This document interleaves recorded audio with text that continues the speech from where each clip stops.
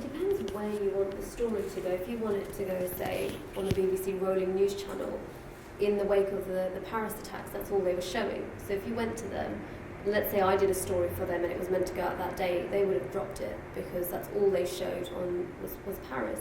A lot of the newspapers, the Sunday newspapers, for example, that's all they had was Paris, Paris, Paris, and different features, and their whole paper was dedicated to that. So yeah, pick your timing. Let's say the elections are coming up in a few months.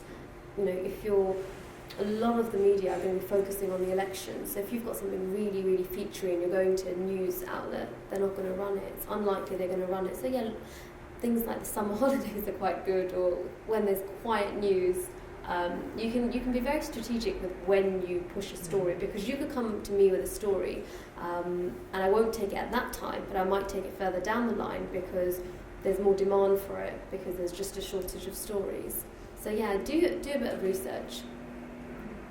Yeah, I think you're right. Just to have a quick comment on that, I think that also it's about really framing how that story would run in the wake of world news events. So if you were going to say something like, okay, so following the Parisian attacks, you know, there's this real fragmentation between, you know, the Muslim community and who are becoming, you know, increasingly detached from like the Hindu and the Sikh and the Christian community, then, you know, maybe you might want to make a response to that and say, no, actually, that's not what's happening.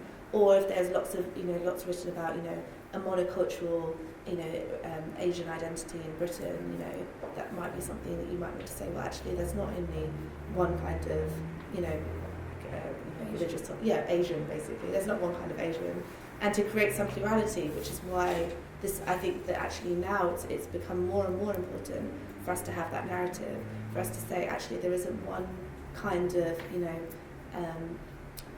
religious identity when you think of Asian people in the UK, and that's why it's important that our voices are heard, and that's why it's important that this is covered.